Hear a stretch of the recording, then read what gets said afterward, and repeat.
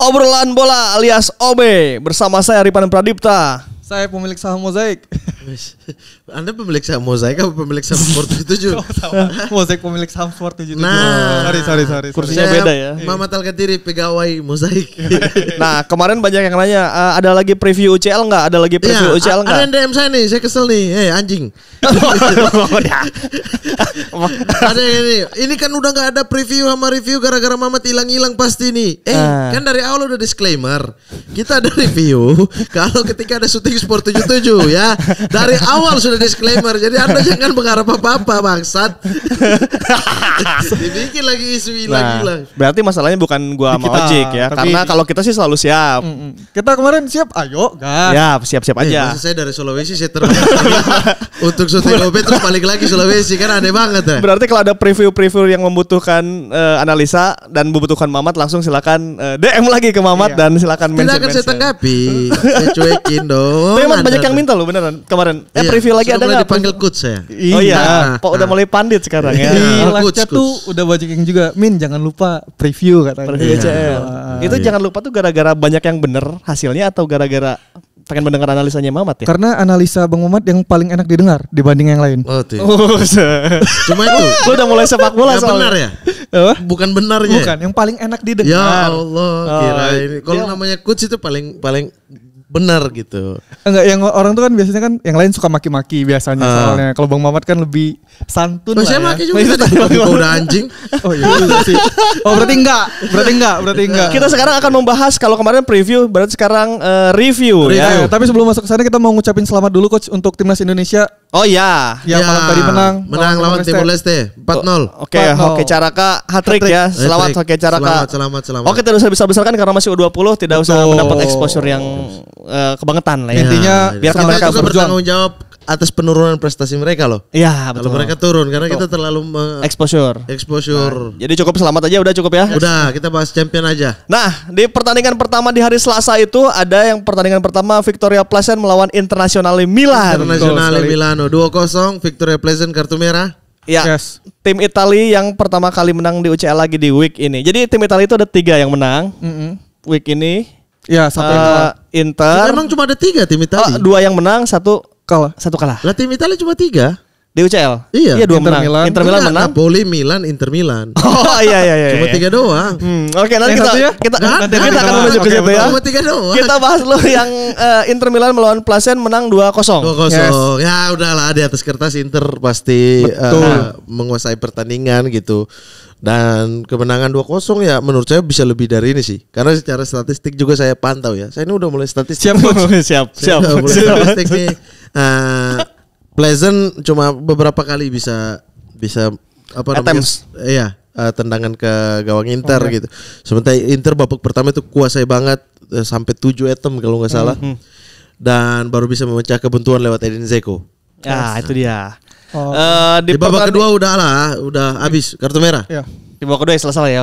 Oke, di match selanjutnya ada Sporting melawan Tottenham Spurs. Nah, ini dia. Ini bagus nih. Spurs Mat, lu sebagai Antonio Conte yang mengamati taktik 3-5-2-nya Conte. Saya bukan hanya Conte yang saya amati taktik, semua pelatih yang amati taktiknya. Tapi kan Conte berlebih lah ya karena dari Juventus juga dulu. Iya, paling sering mungkin ya. Sering lumayan. Sekali saya nonton taktik dia. Gua melihat Spurs yang sekarang itu mulai ke 3-5-2. Kan kemarin mulai 3-4-3 tuh. Ternyata Ben Tacur sama Højbjerg itu dua-duanya perebut bola. Betul. Tidak ada yang mengalirkan nih. Kan saya udah bilang di tidak ada ya. Akhirnya gue nonton. Oh iya bener, nggak ada satu orang pengalir nih. Iya. Itu biasanya tugas Eriksen kalau dulu di Inter Milan. Inter Milan itu Brozovic sebenarnya.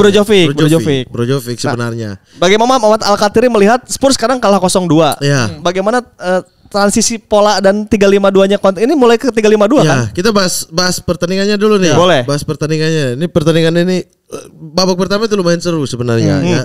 Sporting dengan serangan baliknya. Tapi masalahnya Conte juga mengincar serangan balik. Jadi saling serang tuh yang kayak sama-sama nunggu, saling tunggu gitu. Iya, saling tunggu, saling ini. Beberapa di babak pertama itu Spurs masih menguasai lah.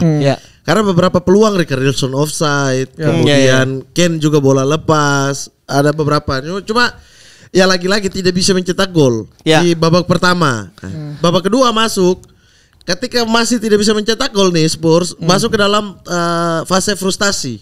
Ya, Richarlison udah frustasi, Ken udah nggak tahu mainnya gimana. Hojberg Bentancur udah lelah di tengah gitu-gitu kan. Akhirnya diambillah pilihan untuk keluarkan Son. Kulu masuk. Kulu masuk. Bermain lagi dengan 3-4-3 sebenarnya itu. Balik lagi ke 3 ya ke default 3-4-3 Liga Inggris ya. karena si Son main di kanan. Ya. Di sebelum Son digantikan itu Son ditaruh main di kanan tuh.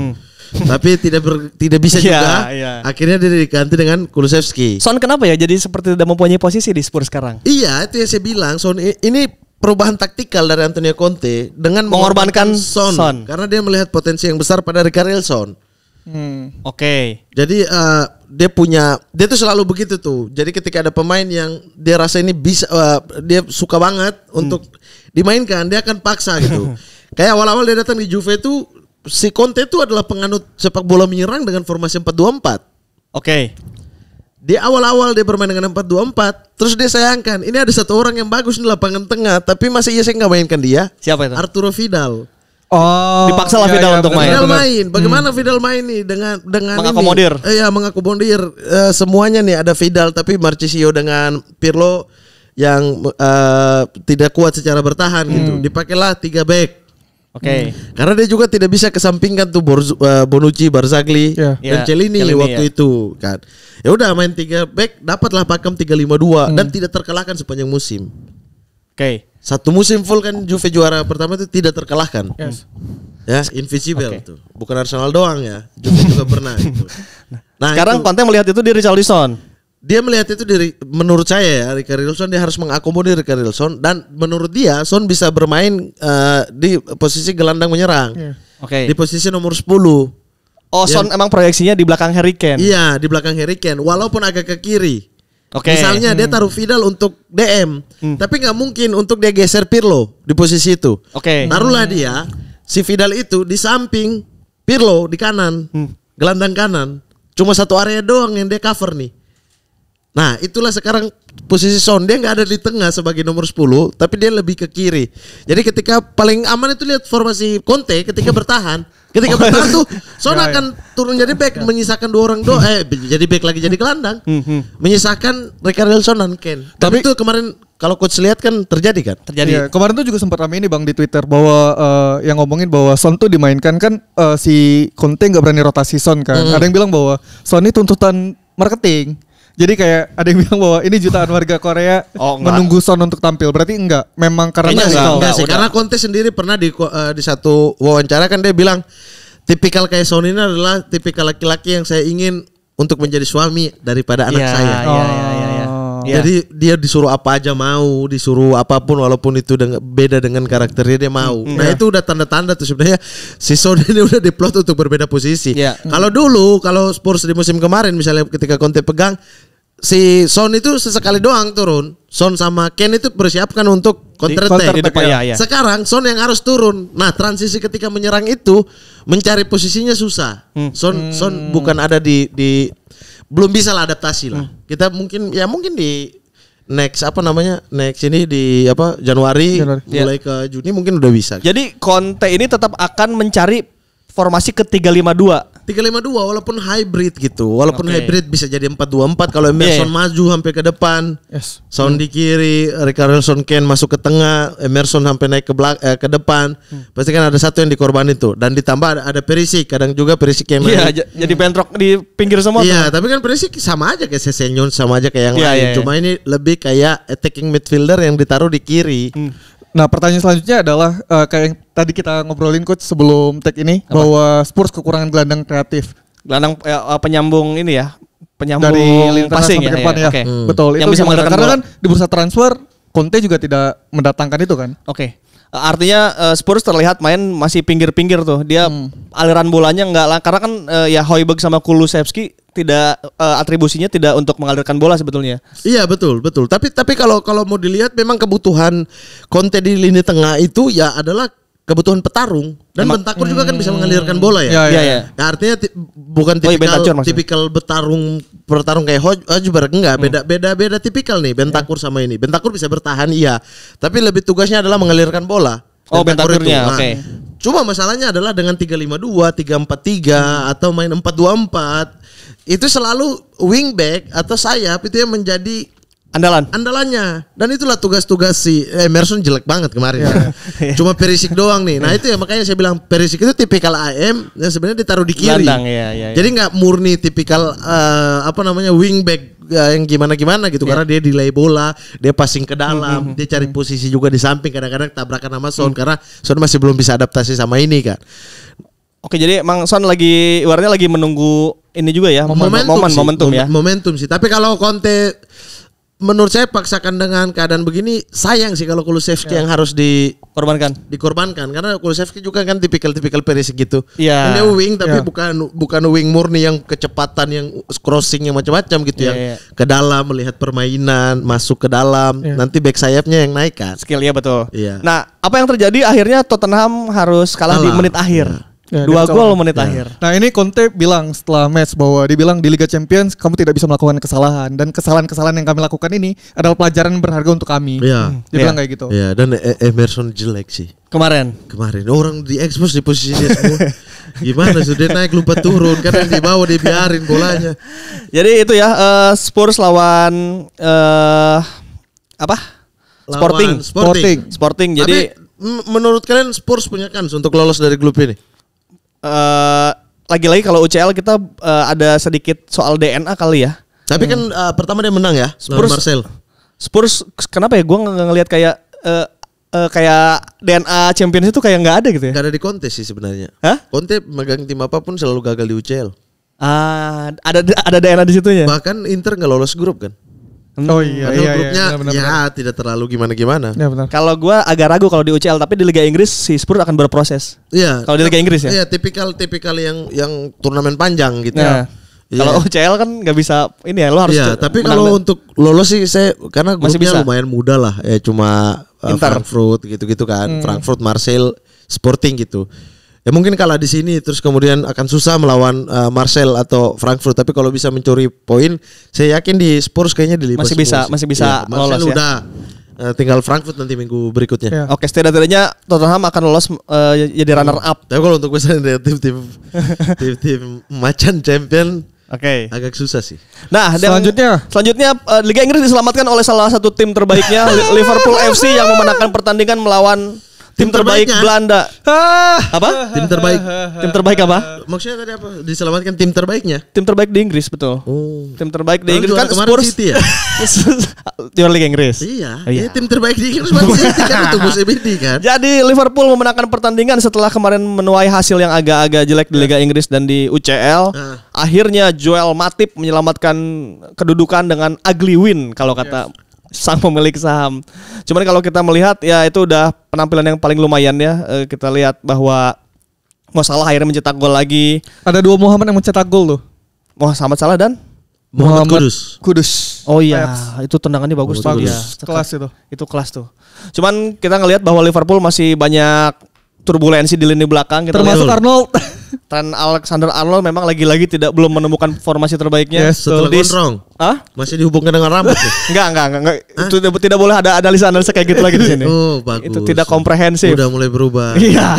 Kita udah mulai data, analisis taktikal. Tapi kita ada melihat bahwa di sebelah kiri Simikas udah mulai bisa mengalirkan banyak umpan-umpan silang ke kotak penalti. Yang sayangnya memang di lini kayaknya belum ada penyerang yang bener deh. Kalau gue ngelihat ya kan kemarin. Di mana? Di Liverpool. Maksudnya kalau City udah dapat Haaland tuh udah enak banget. Udah finisher banget gitu. Nah di Liverpool Jota bingung, Firmino bingung, Darwin masih rata-rata air lah ya. Sorry, bukan Darwin, Darlus sekarang namanya. Kenapa? Karena kalahan. Enggak menang kan kemarin. Oh iya, menang itu loh, naik 2-1. Menang 2-1. Tapi nonton di mana TV One? Bukan saya, Pak. Tapi ini kemenangan yang sedikitnya membuat secara mentalitas kembali naik ya. Walaupun secara permainan Liverpool kan butuh kemenangan sih. Iya, betul itu. Ya menang dulu aja gitu. Soal permainan nantilah itu. Masih banyak sekali banget. PR gitu. Banyak banget. Dan ya mungkin Anfield juga berpengaruh sekali ya di kemenangan ini. Main di Ajax sudah kalah nih, yakin saya. Kalau kayak kemarin ya. Betul. Iya. Karena di awal-awal doang 10 menit 15 menit awal doang, setelah itu Ajax yang coba dominasi. Iya, mencoba dominasi, dapat celahnya, dapat bagaimana cara untuk membongkar pertahanan Liverpool gitu-gitu. Ya itu doang. Jadi cuma 10-15 menit awal sih. Nah, pertanyaannya kan yang lu bilang kemarin bahwa di game pertama gelandangnya kan menjadi catatan tuh. Nah untuk game kemarin gelandang dari Liverpool gimana? Iya. Itu kembali Thiago dipaksa main kan sebetulnya. Gua nggak tahu udah fit apa belum fit, cuman setidaknya Thiago kan sebagai sosok adalah pemain besar gitu. Dia Jurgen Klopp butuh kemenangan apapun caranya di pertandingan ini dan Thiago aliran bola juga kan berpengaruh sekali. Berpengaruh. Cuman ya kelihatan ya belum Thiago yang waktu kayak di Munchen gitu yang sangat dominan di lini tengah gitu.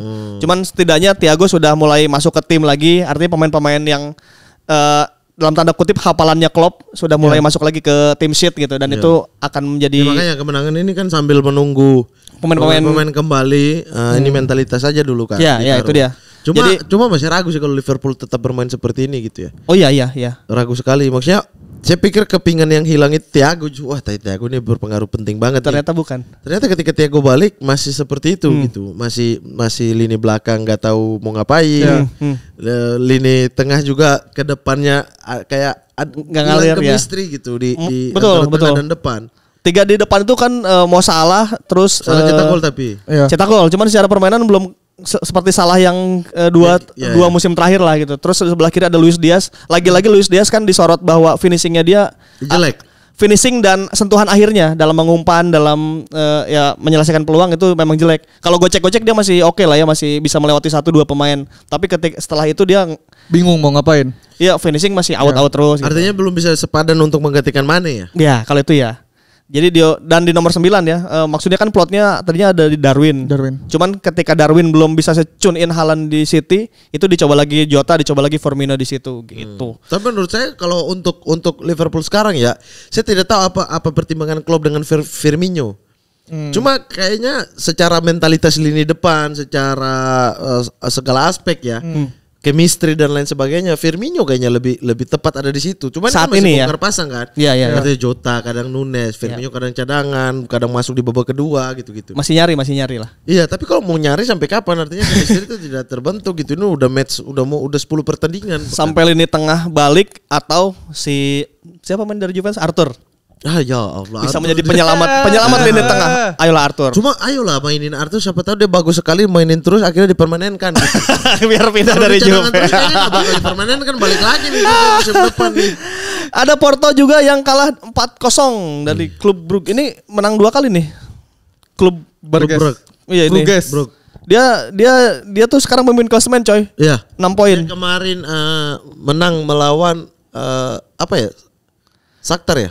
Di week 1 ini klub Brugge, baca gimana sih? Brugge. Klub Brugge ini kita cek ya, menang 1-0 lawan Bayer Leverkusen.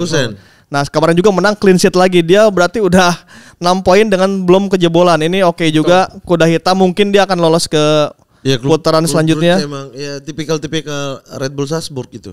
Ya tipikal gitu. Emang di Champion 2 musim lalu gitu mereka juga solid di grup, tapi pada akhirnya terkapar masuk ke Europa League. Ada Leverkusen yang menang 2-0 atas Atletico Madrid. Ya. Dan ini dia big match kita, Bayern Munchen melawan Barcelona. Ya. Nah, bagaimana Mas Ojik melihat Lewandowski yang kayak masih malu-malu gitu main? Jadi melawan Munich.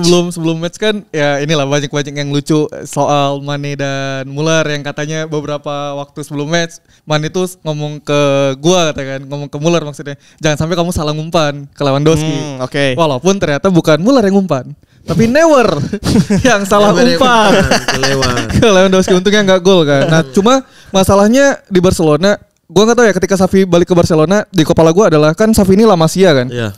Oh berarti Tiki Taka akan kembali di Barcelona. Nah tapi ternyata enggak. Nah itu gimana Coach Mamat? Kan katanya tuh titisan Pep itu ada di Xavi.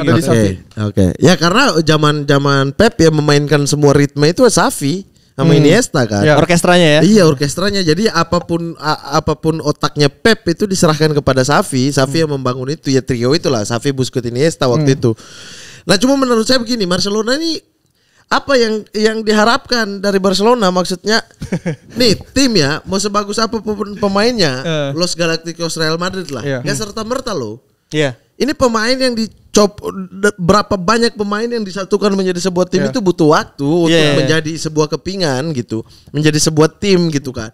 Oke lah pemain hebat Lewan di situ, Rapinya didatangkan bergabung dengan Dembele di tengah, kemudian ada siapa? Gavi Pedri masih muda, ada Ferran, Ferran Torres di belakang ada Konde, ada Marcos Alonso main juga kan. Orang-orang baru gabung lagi tuh. Baru gabung dan bergabung dengan tim lama gitu. Artinya secara chemistry, secara permainan, ya jangan dulu dikasih beban yang gimana-gimana menurut saya. Tapi prospeknya ada. Orang di pertandingan ini aja Barcelona sangat layak menang sih menurut saya. Di babak pertama tuh gue sangat happy sih. Maksudnya walaupun ya mainnya kan biasanya kalau Barca kan gimana ya, kalau misalnya kita ngelawan tim yang bertahan cenderung membosankan karena dia kan main tiki taka kan, yang dia main triangle system. Iya, tapi kan melawan tim yang juga tiki taka gitu. Iya, dan kemarin mainnya open play banget. Serangan Munchen gak ragu untuk nyerang, begitupun dengan Barca di babak pertama kan. Nah cuma memang ya gue nggak tahu sih, rasanya kayak Gavi dan Pedri belum terlalu siap mungkin ya di lini tengah Barcelona. Banyak yang mengkritik Xavi juga dalam pemilihan lini tengah. Misalnya di situ ada De Jong, terus ada Kessie di situ. Kenapa selalu Gavi? Kenapa Pedri? Oke lah Pedri memang pemain muda paling prospek ya. Maksudnya di Piala Dunia pun udah main, di Olimpiade ikut, di timnas Spanyol dia tulang punggung juga lah pada saat ini gitu. Cuma ya ada yang lebih berpengalaman nih gitu. Saya suka pemain muda gitu. Tapi kalau pemain muda ini tidak perform atau kayak lagi di titik yang belum belajar ya, maksudnya titik berarti kan turun naik kan. Ketika titik turun ya udah berani aja untuk, dan Gavi tuh Frenkie de Jong dicadangin gitu untuk Gavi. Maksud saya kalau Pedri oke lah kita bisa debat gitu, tapi kalau Gavi ada Kessie ada itu kan ada sorotan Xavi terlalu Spanyol ya, Spanyol minded gitu ya. Maksud saya ini Munchen loh gitu. Apa seanggap remeh itu sama Munchen gitu sampai line up di lini tengah seperti itu gitu. Tapi kalau mau dibilang ini tim siap jadi nih tim nih. Tinggal tunggu waktu ya.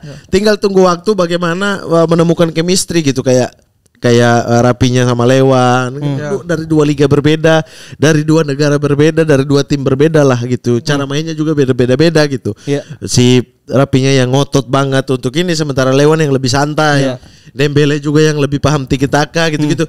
Ya agak susah gitu untuk mau ini. Nah, Xavi ini line up ini nih kenapa bertahan di setiap match gitu? Apakah memang mau dipadukan? Atau nggak mau bongkar pasang nih, nggak mau kayak coba saya taruh Frenkie sama siapa De Jong gitu, Frenkie sama De Jong, Frenkie sama Kessie gitu. Itu ya maksudnya kritiknya itu ada pada Xavi sebenarnya. Xavi juga setelah match dia juga bilang kan bahwa sebetulnya tim kami layak menang katanya, karena Barcelona katanya mengontrol permainan. Versi Xavi kan kayak gitu. Tapi ini juga sih Bang, menarik gue ngelihat Mane dan Muller ini kayak mulai ada percikan-percikan lah. Karena berapa kali di momen match ini Muller dan Mane itu saling rebutan posisi, dan berapa kali tuh ada umpan yang harusnya untuk Mane diambil oleh Muller, begitupun sebaliknya. Iya, menurut saya bukan percikan, ya sama kayak Barcelona. Orang Mane ini baru datang. Dibandingkan dengan Muller yang udah bertahun-tahun di situ. Turbulensi kecil lah itu. Gitu ya. Iya, bukan chemistry-nya belum nemu, belum tahu Muller ini maunya bola kayak apa. Muller ini kalau bola kayak begini dia yang lari apa gimana? Apa dia nunggu di kotak penalti? Hal itu pasti terjadi. Orang Mane bertahun-tahun di Liverpool, Muller bertahun-tahun di Munchen, terus disatuin. Ya iyalah pasti ada begitu gitu. Kecuali tuh datangin tuh Muller ke Liverpool salah ke situ gitu, walaupun seragamnya Munchen, Nagelsmann yang pelatih, tapi chemistry mereka berdua dapat gitu. Cuma Munchen sama, tapi menurut saya kunci Munchen ya dan Nagelsmann itu di kedepannya tuh Sané sih. Sané. Iya. Saya berpendapat bahwa Sané ini kunci banget. Iya, kalau itu ya. Iya. Kunci banget untuk bagaimana dan dia main di tengah kan, maksudnya ke samping, ke tengah, ke samping gitu, dan lebih banyak. Jadi lebih dewasa Sané yang sekarang. Bisa mengumpan. Iya, memang harus di posisi itu sih, ketika bagi bola harus dia yang bagi bola ke samping, ke kanan, ke kiri gitu kayaknya lebih oke gitu. Dan itu yang sudah saya prediksi ketika Nagelsmann masuk. Kayaknya Sané yang akan lebih cocok duluan dengan apa yang dilakukan oleh Nagelsmann, melihat Nagelsmann di Leipzig. Nah, ini yang terjadi berarti akan jadi nggak tahu keuntungan, nggak tahu mungkin jadi PR untuk timnas Jerman sendiri nanti.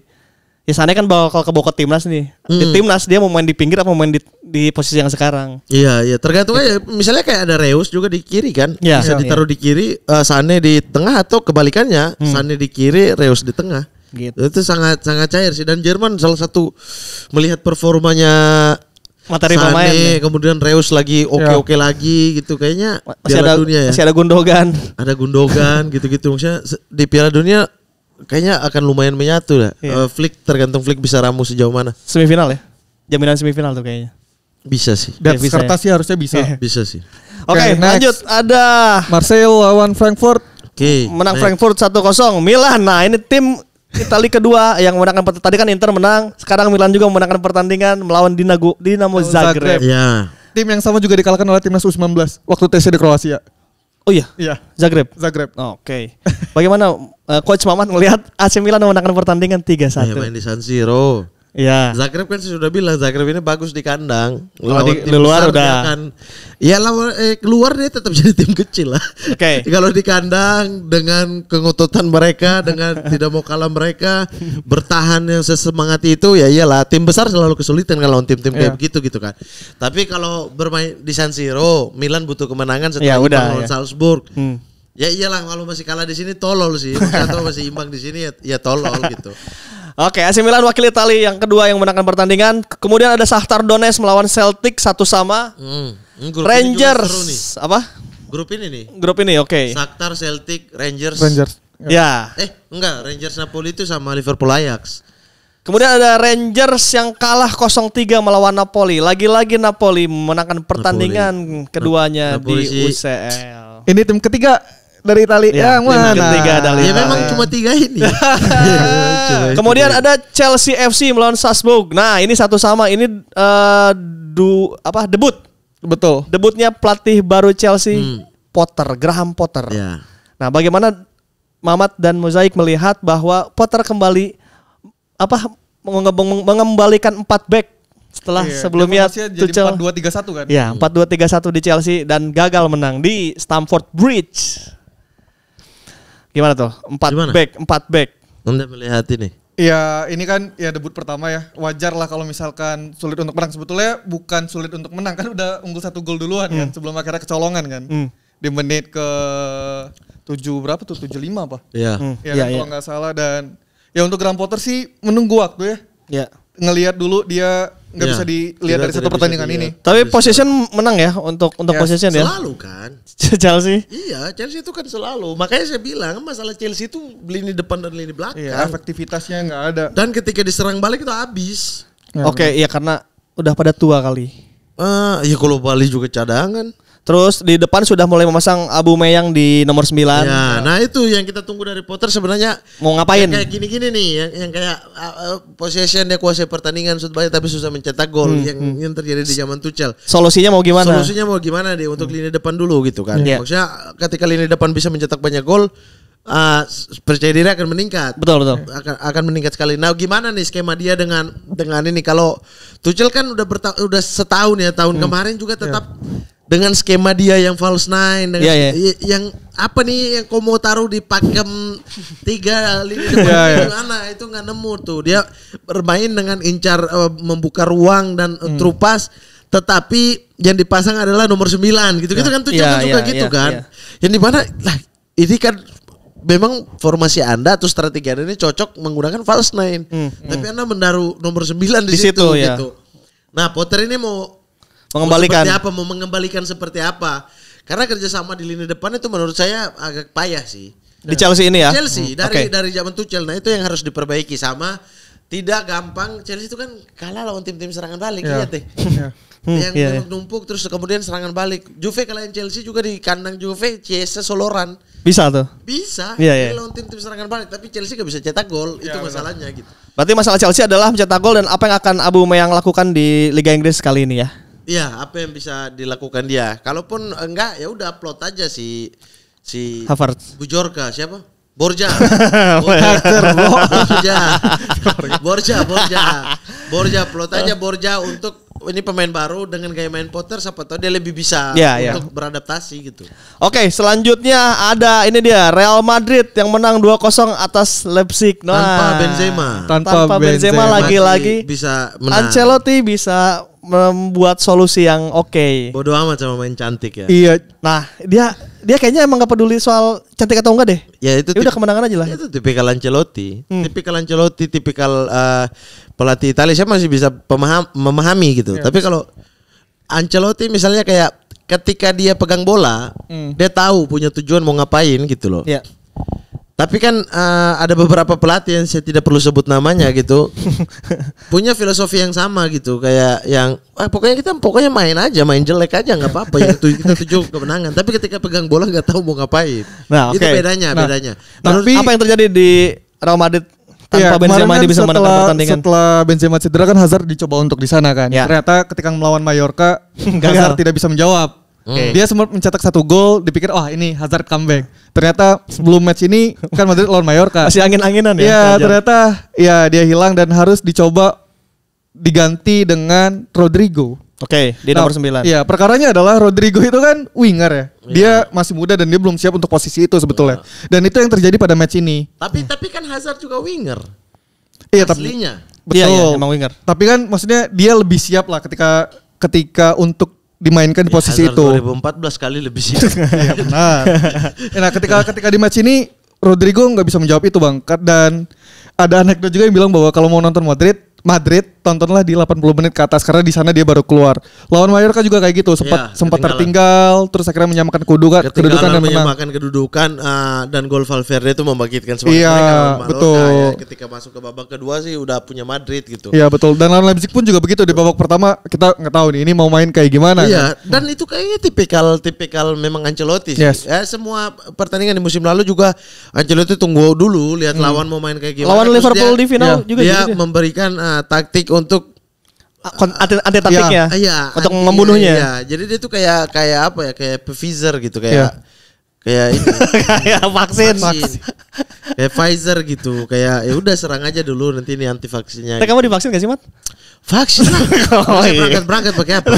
Tapi katanya kata lu astaga, kita apa lagi? Tapi nih di sini Valverde tuh perkembangannya benar-benar bagus banget. Betul. Dia Valverde ini ya pemain yang dibutuhkan yang impian semua pelatih sebenarnya. Ada pemain kayak dia tuh. Iya. Karena dia bisa main di mana saja, main di posisi apa saja, diplot dengan sama formasi baiknya atau strategi seperti apa saja, Valverde bisa ada di sana. Betul. Bermain sama baiknya. Iya, standar rata-rata, tapi dia bisa melakukan tugas itu. Iya. Jadi kalau misalnya di Madrid itu biasanya kalau misalkan di starting line up, Valverde awalnya adalah ditaruh di winger. Terus ketika Rodrigo masuk, Valverde ditarik ke tengah. Iya. Dan dia juga ketika ditaruh di winger bukan winger murni kan. Iya. Ketika bertahan dia backup di ini karena Vasquez agak susah gitu-gitu, misalnya kalau Vasquez main gitu. Agak keteteran kalau diserang gitu-gitu kan. Dia ditaruh di situ. Tapi kalau ketika menyerang dia masuk ke dalam juga. Di Inggris juga ada pemain yang bisa seperti itu. Siapa? James Milner. Iya. Di mana kita nggak pernah lihat James Milner dalam keadaan top kan. Maksud saya apa yang kalian mau harapkan dari James Milner? Tapi pemain seperti ini tuh dibutuhkan oleh semua pelatih. Iya. Benar. Dia bisa menjalankan tugasnya dengan baik, udah cukup. Ya. Dan Valverde dengan baik aja gitu. Menjawab itu kemarin. Iya. Dan salah satu lagi kebaikan dari Ancelotti musim ini adalah starting line up yang tidak bisa ditebak. Kalau sebelumnya kan selalu template lah. Iya. Modric, Benzema, Vini, Modric, Kroos, Casemiro. Dia mulai perlahan-lahan untuk memberikan ruang Camavinga sama Tchouaméni dimainkan. Terus kemarin Toto Rodrigo jadi starting sebagai striker. Ya, tapi karena itu kebutuhan kalau Rodrigo. Alaba biasa jadi center back, kemarin jadi left back, wing back di kiri. Ya, itu di Munchen juga gitu. Ya kan, Rudiger dan Nacho dimainkan. Modric sama Kroos itu kayaknya udah mulai mau diregenerasi kayaknya. Betul. Jadi sekarang itu nggak tahu ya kalau misalnya match sebelumnya. Tapi kalau di match kemarin, gue ngelihatnya bahwa Kroos dan Modric itu kayaknya akan jarang untuk dimainkan berdua. Iya. Itu yang sudah bergantian. Sudah bilang di ini salah satu cara regenerasi yang bagus gitu. Kalau dia datangin lagi pemain yang usia 28 atau 30, ya butuh 2 tahun 3 tahun lagi untuk harus regenerasi. Menurut saya ini cara regenerasi yang paling pas untuk membiasakan, tapi pemain itu masih ada pemain-pemain yang tua itu masih ada di situ sambil pelan-pelan hilang gitu. Karena kemarin gue pikir si Kroos bakal menggantikan Kamavinga kan. Ternyata dia menggantikan Modric. Nah, itu dia. Jadi mungkin Ancelotti mau dibilang bagaimana tapi skor tetap menang. Betul. Ancelotti banget. Dan semua menjalankan fungsinya dengan baik. Udah. Di pertandingan selanjutnya ada Manchester City melawan Dortmund yang setelah ketinggalan 0-1 melalui golnya Jude Bellingham dan menyamakan kedudukan, kemudian Haaland Shaw. Kalau lagi-lagi ada Haaland Shaw. Umpannya masih berani disandingkan dengan Darwin Núñez. Sudah tidak bisa. Sudah tidak bisa. Itu umpan Cancelo ke Haaland. Diam semua ya. Itu finishing. Yang bilang kalau Haaland itu akan flop lah, tidak bisa mengikuti sistem lah. Bro, dia mencetak 7 gol ketika usia muda di timnas Norwegia. Finishingnya Haaland itu perpaduan Shevchenko dan Inzaghi ada di situ semua. Positioningnya dan Ibra. Ini apa? Gila itu gol canggih. Kayak yang bola susah kok gampang dia ngegolin, bola gampang kayak susah dia ngegolin gitu. Tapi ada PR di Manchester City-nya Pep yang sekarang. Mereka selalu kayak kalah dulu nih, ketinggalan dulu, walaupun akhirnya bisa menyamakan kedudukan dan menang, tapi mereka sering kecolongan dulu di awal. Semua orang itu udah mulai perlahan-lahan. Sebuah era itu mau sampai kapan sih? Menurut saya mau sebuah strategi itu mau sampai kapan kita tidak bisa menemukan antivirusnya kayak tadi ya. Sebuah virus itu ya corona aja 2 tahun dikasih 2 tahun setelahnya udah dapat antivirusnya kan. Maksudnya udah dapat vaksinnya gitu kan. Nah, Pep ini juga kan gak pernah berubah ya. Orang mulai menebak gitu. Tapi lagi-lagi belum bisa di level yang mengalahkan.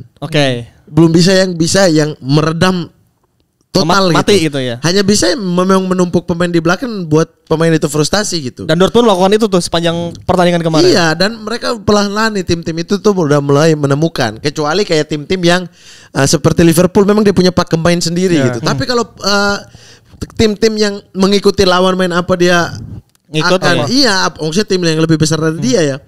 Ya dia akan tahu dia cara meredam Pep dengan gitu. Harus pragmatis memang. Dan itu yang menurut saya adalah bagaimana kayak kita mau menentukan ya, kalau ada yang bilang bahwa membosankan dan lain-lain gitu-gitu ya.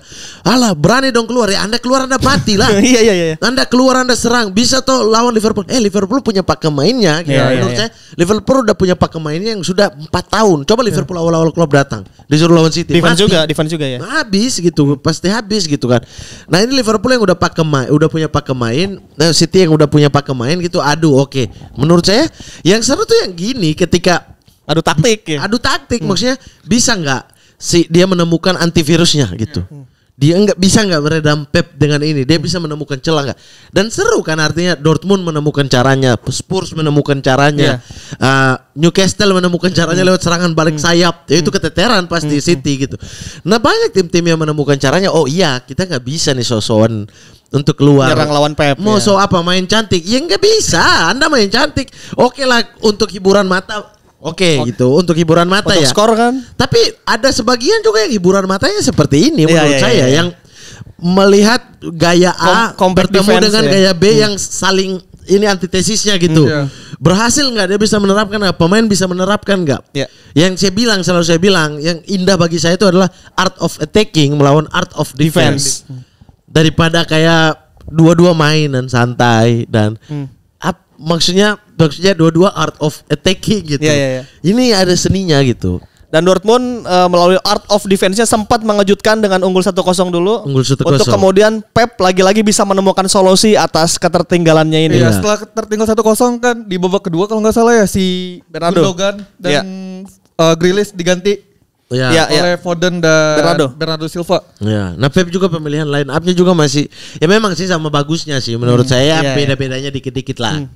Tapi ya main di kandang juga sih, maksudnya memberikan kesempatan. Tapi melihat juga gitu kayak Grealish kayak Grealish kan pemain termahal City. Iya, maksudnya ya mungkin karena itu ya dimainin ya.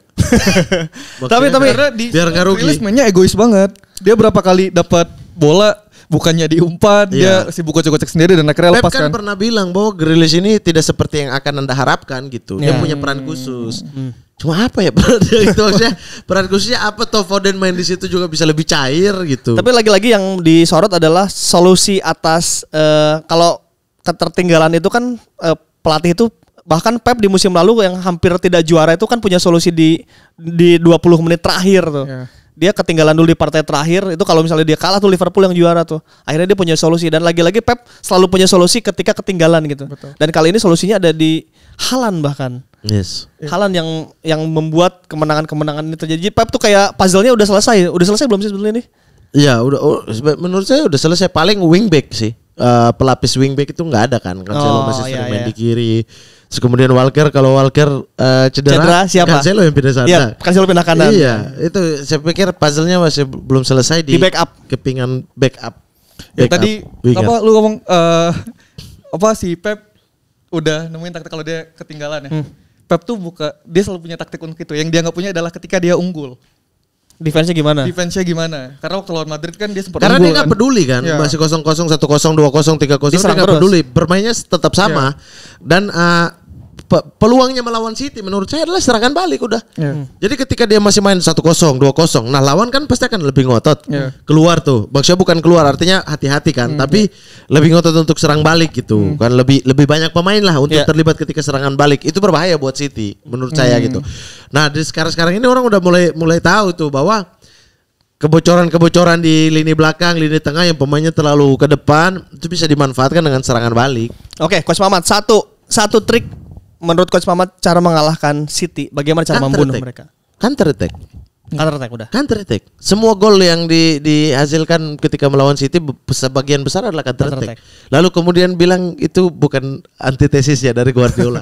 Ya gimana dong? Orang sebagian besar golnya yang City kebobolan bersarangnya ya dari counter attack. Jadi nggak masalah lawan bermain itu. Oke lah, secara ini masing-masing sih. Menurut saya masing-masing untuk harus kita keluar lewat. Ya tapi menurut saya sudah banyak tim ya mencoba untuk keluar melawan City ya. Ya hanya beberapa yang menang. Bubuk Liverpool menjadi. Nah, dan hanya tim terbaik Inggris Liverpool yang bisa memenangkan perang terbuka itu melawan Jurgen Klopp. Iya, karena punya pakem juga. Artinya punya pakem, kemudian pressingnya itu sudah bertahun-tahun dilatih. Kalau tim-tim kecil kan tim bongkar pasang. Tahun ini pemain bagusnya dibeli lagi. Ya mau gimana lagi? Logis aja lah. Iya. Orang tuh kita butuh hiburan. Mereka juga butuh nggak dipecat pelatih-pelatih itu. Oke, kemudian ada tim kesayangan Bang Mamat. Copenhagen lawan Sevilla dulu 0-0 setelah itu ada tim terbaik Italia tahun 98. Dan ada PSG melawan Maccabi Haifa. Juventus melawan siapa kemarin menang? Benfica. Benfica tuh di Portugalnya juga asik. Bagaimana Bung Mamat? Satu-satunya tim Italia yang kalah di matchday 2 UCL, Juventus yang mana itu adalah tim favoritnya Coach Mamat Al-Khattiri dengan pelatih idamannya Allegri. Pelatih karena di kandang. Lah kan tadi bilang ya itu Milan bisa menang gara-gara di kandang. Juve main di kandang ini. Iya maksudnya pertama nih ya. Pertama. Ini kita mau bahas dari mana dulu nih? Bebas, dari mana aja. Daripada Benfica ini kan tim yang alot ya. Tapi saya kaget Benfica kemarin bisa bermain sebagus itu lawan Juventus gitu loh. Di 20 menit babak pertama setelah 20 menit babak pertama, 20 menit babak pertama 15 lah. Itu Juve menguasai. Dapat 1 gol terus Juve ini. Yang menjadi pertanyaan nih ketika unggul 1-0 terus itu mau defend Allegri banget. Bukan defend, dia tetap mengincar untuk gol kedua, tapi caranya dia rubah gitu. Oh ya. Maksud saya ketika Anda masih efektif dengan cara ini, kenapa harus ganti? Kenapa harus kemudian merubah caranya gitu? Ini efektif nih, tertekan di Benfica nih. Terus kenapa Anda merubah caranya dengan tidak ada angin, tidak ada hujan gitu? Maksudnya nggak ada kejadian apapun di situ, terus Anda merubah untuk kalau dibilang kejadiannya itu unggul. Iya, kalau dibilang ini pemain gitu. Saya nggak terima ini. Bisa dilihat lah di pertandingan putar ulang deh. Bahkan ketika 1-1, ketika 2-1 ya. Pemain itu tidak disuruh untuk pressing loh. Ketika Benfica memegang bola, itu kan anjing kan. Itu kelelahan. Hei, kalau 1-2 orang Milik dalam wawancaranya ya, Arek Milik bilang tidak mungkin ada alasan fisik ketika pertandingan baru berjalan 20 menit. Gitu. Itu nggak mungkin tuh. Setelah itu udah tuh, itu nggak pressing sama sekali. 20 menit doang. Abis itu Benfica enak. Joao Mario sampai turun di belakang, depan main kombinasi 1-2 di depan. Udah nggak pressing, tumpuk doang aja. Udah. Unggul jumlah pemain kan di belakang maksudnya. Maksud saya kan Anda memberikan lawan kepercayaan diri. Iya, untuk kepercayaan diri untuk benar, kita bisa nih bermain melawan tim seperti Juventus gitu. Yang kedua, Anda memberikan ruang buat lawan untuk terus menekan. Iya. Menekan sehingga Juventus yang terdesak kan pada akhirnya kan. Iya. Makin turun. Yang ketiga, Anda menutup peluang untuk menyerang Anda. Karena ketika di sini kena nih, bola ke depan lagi, Benfica lagi. Iya. Bola ke depan lagi, Benfica lagi. Lalu kemudian Anda suruh pemain-pemain seperti Vlahovic untuk mencari ruang sendiri kan. Tidak. yang mana Vlahovic ada penyerang statis ya. Penyerang statis. Iya memang dia tuh memang cair juga, punya kecepatan juga, punya body ball yang oke. Tapi kalau jarak pemain lawan yang untuk ketika dia tahan bola nih, terus dia mau passing nih masih 60 meter di belakang dia, terus dia mau kemana? Tahan 3 orang kepung ya hilang dong.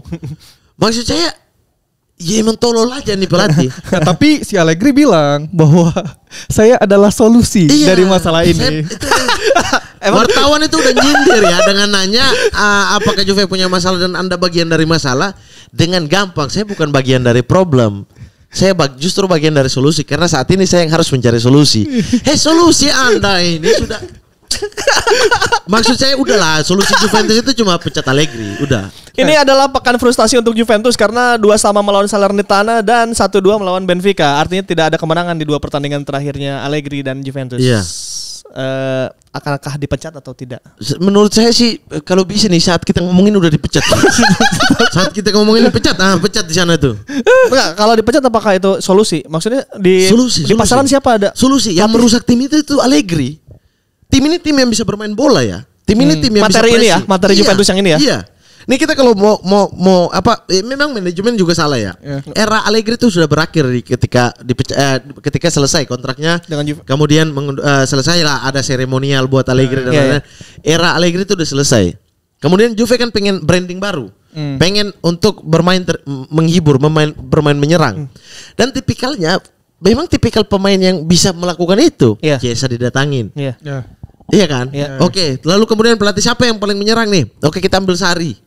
Sarri terkenal di Italia dengan Napolinya bisa menyerang, gol terbanyak, Higuain top skor, walaupun waktu itu tidak juara kan. Dan rokoknya. Iya. Tapi kan Sarri ini kan kehilangan kepercayaan di ruang ganti. Memang tipikal yang selengean ya. Dan Juve itu kan sangat hierarki banget ya. Pemain-pemain senior itu. Nah, dia itu kehilangan tapi secara permainan sudah mulai ke arah sana gitu. Juve bermain sangat cair, bagus gitu-gitu. Iya, menyerang dan bertahannya juga nggak buruk-buruk amat gitu. Cuma karena Juve sudah mengunci gelar kemudian berentetan kalah di penghujung sebelum liga selesai, langsung Sarri dipecat dengan membawa gelar Scudetto. Satu apa solusinya? Pirlo. Tim ini bangun tumbuh dengan pelatihnya yang juga bertumbuh. Oke, masuk akal. Saya tim Pirlo. Karena menurut saya, wow, ini anjir, ini Juve ya, gitu maksudnya. Yang kayak tiba-tiba, wah ini Juve ya, yang Celini sampai di atas kotak, taktikal banget gitu pendekatannya ya. Menyerang banget, maksudnya menyerang juga bukan asal menyerang, dia tahu kapasitas pemainnya. Chiesa 14 gol 11 assist, Ronaldo top skor nggak ya, pokoknya golnya 2 digit lah, golnya 20 atau 30 waktu itu.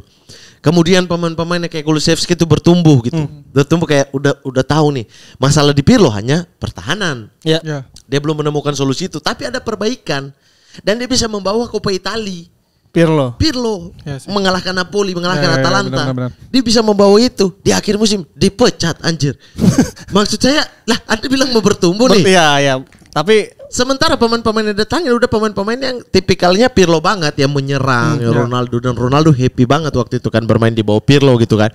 Ketika gol selebrasi dia datang di Pirlo tos-tosan, dan Pirlo menguasai ruang ganti. Karena siapa kok senior saya juga lebih senior di sini gitu. Saya juara Piala Dunia. Saya di Juve lama. Anda pernah menangis karena Juve gagal di Champions. Saya pernah gitu. Nah, gitu-gitu dia bisa menguasai semua. Dipecat. Datanglah Allegri. Kembali lagi di era sebelumnya. Ronaldo cabut gara-gara Allegri juga. Ya, sudah pasti. Dia tahu gaya main Allegri itu membunuh ambisi dia. Karena dia udah pernah bermain dengan Allegri sebelumnya kan. Satu-satunya pertandingan bagus Allegri waktu itu lawan Atletico Madrid. Oh, faktor Ronaldo pergi tuh Allegri juga ya? Iya dong. Iyalah. Oh. Dia menyatakan di awal dia tidak akan keluar, tapi ketika dia tahu pelatihnya siapa? Ketika dia tahu bahwa Allegri di latihan masih bermain seperti ini, Allegri itu masih sama dengan Allegri yang kemarin. Pada akhir-akhir dia minta cabut kan. Dia kan sudah menyatakan duluan ya akan tetap di Juventus. Di akhir tiba-tiba dia minta cabut. Ya, masalahnya dia ada Allegri. Pemain itu tidak berkembang. Pemain kayak Paredes disuruh untuk kayak begitu. Beretti pemain muda dia nggak percaya. Kemudian bisa tuh ada pelatih yang sampai Di Maria tanya ke milik kan di akhir pertandingan, ada video bocor tuh. Yang kenapa kok diganti? Oh iya. Bocor kan. Di Maria aja nanya gitu. Anda ketinggalan ya? Dia masukin oke. Beretti keluar. Dia bermain dengan Bikini dan Paredes di tengah gitu. Dia masukin si Kean. Ya kan? Dia masukin Kean gitu. Bermain ada Milik, ada Vlahovic, ada Kean gitu. Ada Di Maria. Iya. Abis itu kemudian tiba-tiba dia keluarin Milik dan juga si siapa back sayap. Pokoknya Milik keluar, dimasukin Kean. Di mana Kean bermain di sayap. Ya anjing, kau satu striker lagi dong bangsa. Iya. Yang ketinggalan kau itu. Di Maria sampai nanya ke Milik kenapa kau itu ganti. Maksudnya tuh bosnya pemain aja bingung dengan apa yang mau. Ini apa nih orang ini maksudnya mau menyuguhkan gimana apa nih? ya? Dan udahlah 20 menit terakhir itu udah habis Juve itu. Udah selesai tuh. Nah, itu kalau mau bicara stamina psikologis, nggak ngerti instruksi pelatih semua di situ tuh. Oke. Karena nggak tahu nih anjing satu ini mau main kayak gimana gitu. Nah, pertanyaannya juga adalah ketika misalkan nih anggaplah Allegri dipecat kan dari 2007 kan itu terakhir Juve pelatihnya dari luar Italia. Deschamps kan. Nah, apakah pelatih barunya harus dari Italia juga atau akan mencoba dari luar? Kalau seandainya Juve mau bertahan, maksudnya mau bertahan dengan apa namanya harus keluarga besar, family, football family. Maksudnya Italia banget gitu kan. Pelatihnya harus dari Italia kan, baru Deschamps terakhir. Yang bukan Italiano. Bukan Italia. Tapi itu pun pemain Juve dulunya. Itu pun pemain Juve dan itu pun ketika dia udah bawa ke Serie A dipecat gitu. Bawa lagi pelatih Italia. Del Neri. Ya kan Ferrara, Del Neri, macam-macam lah udah. Dan harus Italia gitu. Bahkan sekelas Del Neri aja dibawa kan untuk ke Juve, yang penting Italianya. Kalaupun Agnelli mau untuk tetap harus Italiano gitu. Banyak pelatih Italia yang bisa main dengan kapasitas pemain Juve sekarang. Roberto De Zerbi dengan Sassuolonya yang sangat fluid. Oke. Ada juga pelatih pelatih siapa? Fiorentina. Vincenzo Italiano. Sekalian tuh Italiano banget udah. Pelatihnya juga nama Italiano kan. Sekalian dah itu gitu. Atau ada pelatih coba bujuk misalnya kayak Gasperini. Oke. Walaupun Gasperini memang mungkin takdirnya hanya untuk tim menengah ke bawah karena dia sosok pelatih hebat banget di tim-tim ini, tapi ketika dia pegang Inter juga jelek gitu kan. Atau ya sudahlah, bongkar kebiasaan itu, banyak pelatih luar yang bagus gitu.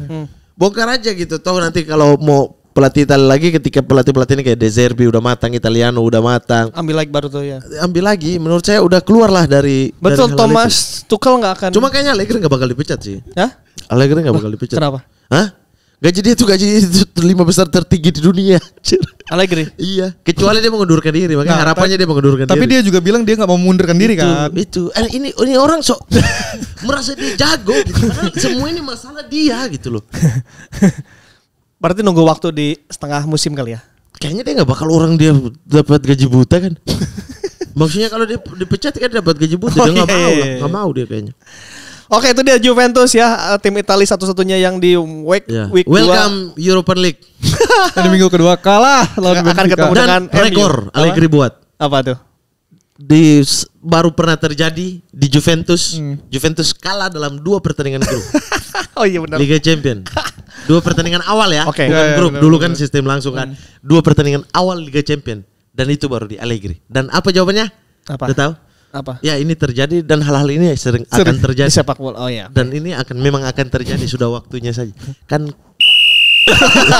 kesel banget coba pelatih. Sumpah Karena saya orang dari awal yang tidak terima orang ini kembali gitu. Momen dia udah selesai gitu loh. Udah jangan kembali lagi gitu.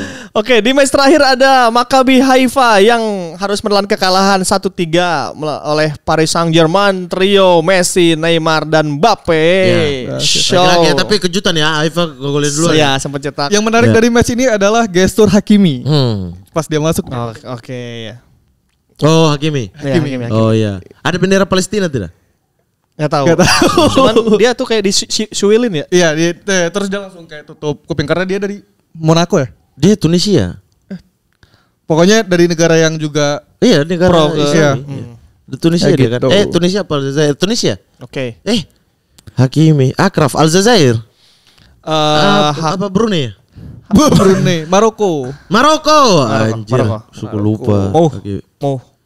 Lahir di Mo. Iya, dan ini sebuah keuntungan ya bagi Juve ya. Karena 2 digit dua margin. Oh iya. Kalau enggak Juve urutan terakhir. Masih punya harapan untuk lolos. Enggak, 2 margin golnya PSG menangnya. Kalau PSG menang 2-1 aja Juve urutan 3. Iya. Urutan 4.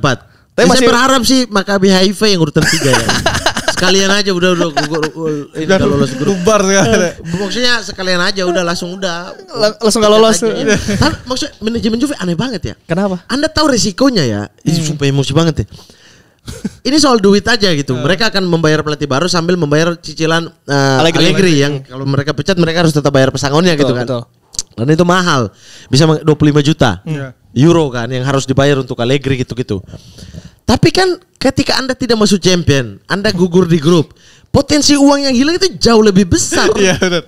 Jadi memang kayaknya ini aja kayak saudara tiri dia Allegri sama Agnelli nih kan sama-sama ak-ak gitu kan. Aduh, itu dia tadi review UCL di pekan kedua. UCL. Nanti obrolan bola akan kembali dengan obrolan-obrolan yang menarik, tentunya preview dan review, tapi lagi-lagi tergantung jadwalnya Coach Mamat. Tergantung jadwal kita syuting Sport 7 makanya cari bintang tamu. Biar kita syuting ini, orang jadwal aku udah kasih semua. Jadi kalau sobat Sporty pengen nanya ada lagi preview, langsung saja mention dan DM Mamat Al-Katiri yang sudah checklist itu Instagram ya. Oke ya. Itu aja guys, thank you ya. Oke, terima kasih. Sip, mantap. Saya Coach Mamat pamit. Saya Irfan Pradipta. Saya Mozaik pemilik Sam pamit. Oke ya, mengaku coach itu biasa bukan coach. Oke, dadah, terima kasih. Dadah.